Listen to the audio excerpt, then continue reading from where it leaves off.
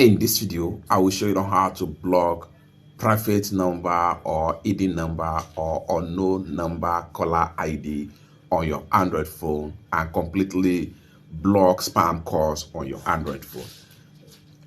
Let me show you how. Open up your call dialer.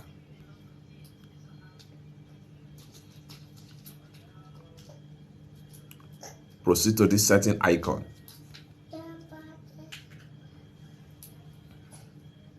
Click on blocked.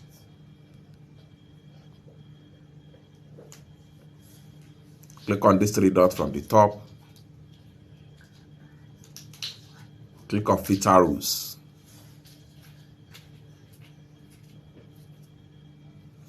Go ahead and make sure you turn on this.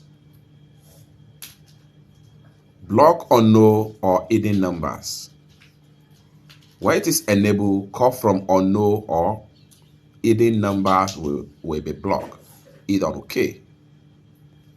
And you are done. It's that simple. For more useful tutorial, tips and tricks like this, consider to subscribe. Thank you so much for watching, and I hope to see you in my next video. Bye for now.